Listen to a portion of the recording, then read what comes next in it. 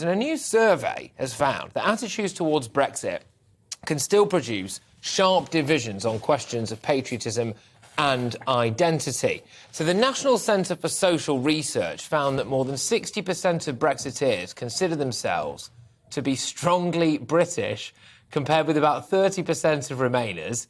And similarly, over 50% of Brexiteers agreed that Britain is better than other countries, hardly a shock, which is double the figure for Remainers. So, are Brexit supporters more patriotic? To discuss this, we shamelessly decided to pitch a Brexiteer and a Remainer against each other. You love to see it. I'm joined by Richard Tice, the leader of Reform UK, and Gareth Kearns, who's an EU-supporting protester. I'll start with you, Gareth, because you have come rather on brand straight from a protest, I believe, haven't you? So, are you patriotic about Britain? Yes.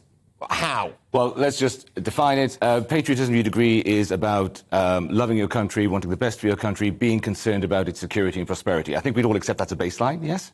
Yeah. That's probably loosely speaking correct, yes. Yeah. And that's exactly why I have opposed Brexit, and because it's about the security, prosperity of my country, and also in accordance with the traditions that I've grown up with. I had two grandfathers who served in the Second World War. I want to continue in what they won. All right, Richard, I'll let you come back to that then. Are Brexiteers actually the true patriots here? I think you've just got to be a patriot. Sorry. Yes. I think the reality is I want everybody who lives in the United Kingdom to be patriotic, to feel that they are hugely British. And in a sense, that's what we should aspire to. The issue of security and prosperity, in my view, we're much more secure and we will be much more prosperous having left the European Union. I'm very glad, and I was delighted to see the footage you used there. I was on the stage at that very moment.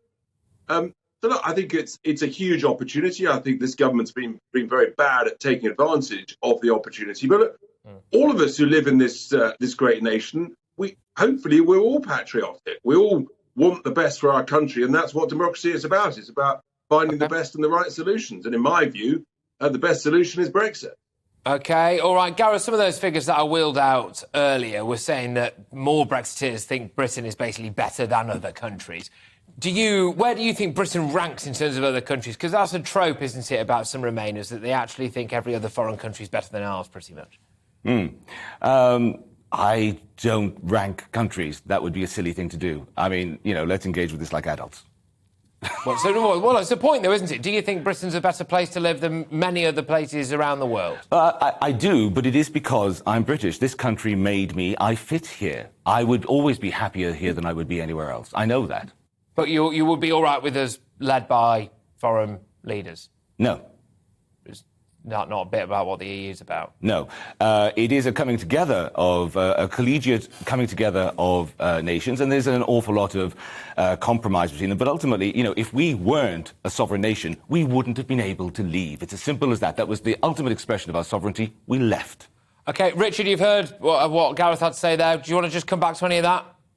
No, actually, Gareth is right that those of us who've, essentially we live in Britain, we've been brought up in Britain. Of course, most of us would think that Britain is a great country. I think, I'm not sure it's a great question, that, Patrick, because the truth is, whether you live in France or Germany, if you've grown up there, the chances are you think that's the greatest country in the world. And in a sense, that's the definition of patriotism in every nation. And that's wonderful. I'm a great believer in it. I think, we want people to believe in independent sovereign states. And that's a very powerful thing, and I'm hugely supportive of it. Well, that's interesting. This is one of the reasons why I wanted to have this discussion, actually, Richard, because for some people, they would say that one of the definitions of patriotism is being desperate to go it alone and have total control of your own affairs. But that doesn't seem to be what a lot of Remainers wanted, by definition, I suppose. So, Richard, for you, is that a key cornerstone of what it means to be a patriot, to basically be in control of your own destiny, I suppose? I think it's a belief in your own sovereign state and who you are as a people.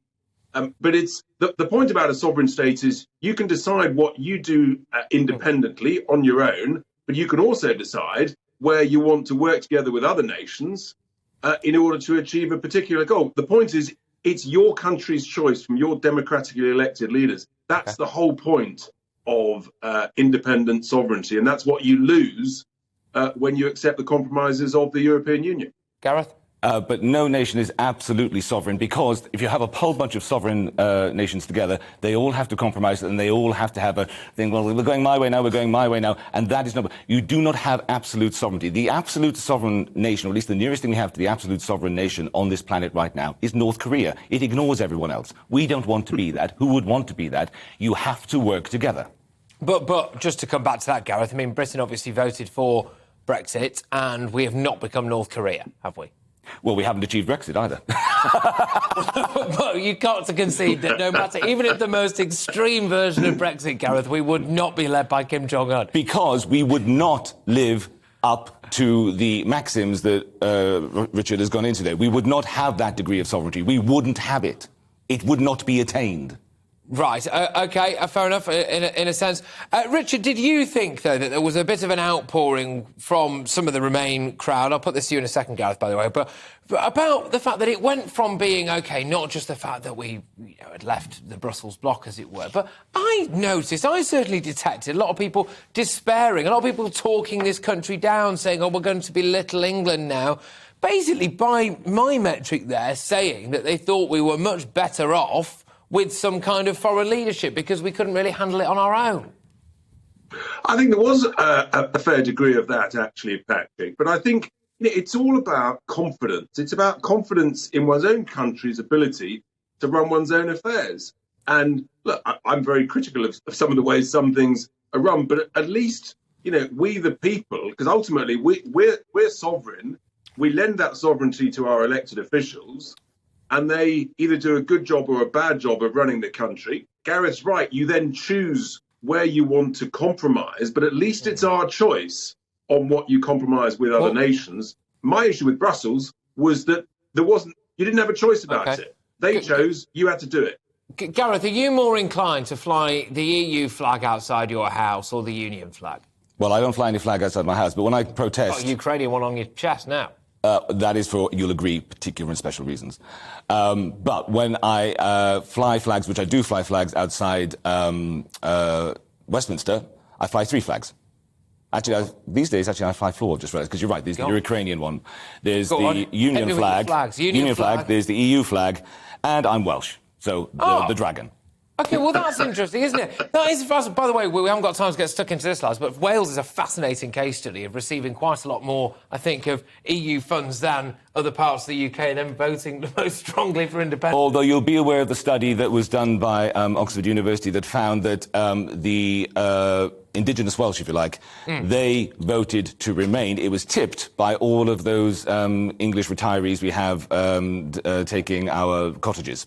That tipped the balance. OK, just quickly, Gareth, and then I'll throw it over to you, Richard. Very quickly here, chaps. We've not got long left. Gareth, would you rather see the UK fail now to prove your point that Brexit didn't work?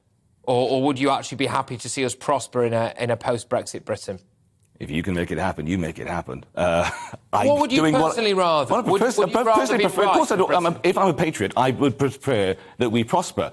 I simply cannot see a model that makes that happen. That's the problem. You present a model that makes that happen, because it ain't looking good right now. Richard? You make that happen, that's fine. All right, that was Gareth Kearns there. Richard, come back to that then, because I think that's a lot of what certain people were thinking anyway, which is that maybe Remainers who lost would rather see Britain burn than it succeed so that they'd be proved right.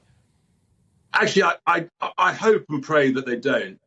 We want to prosper. We want to make a huge success of it. The Tories so far have been, frankly, pretty bungling and incompetent at it. But the opportunity is there. It's a huge opportunity. We've got to go for it. And let's see what they say tomorrow. Cutting taxes, cutting daft EU regulation, putting the foot on the accelerator of growth, and we can be awesome, fantastic. That's a dogmatic and ideologic, that's not got anything to do with how reality works. You do need to pay taxes.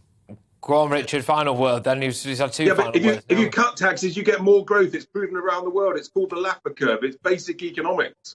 All right, chaps, that's enough. I'm going to have to ring a boxing bell here, but I appreciate it. Thank you so much. And, yeah, good stuff. I enjoyed that a lot, actually. Richard Tice, leader of Reform UK, and Gareth Kearns as well, who's an EU-supporting protester.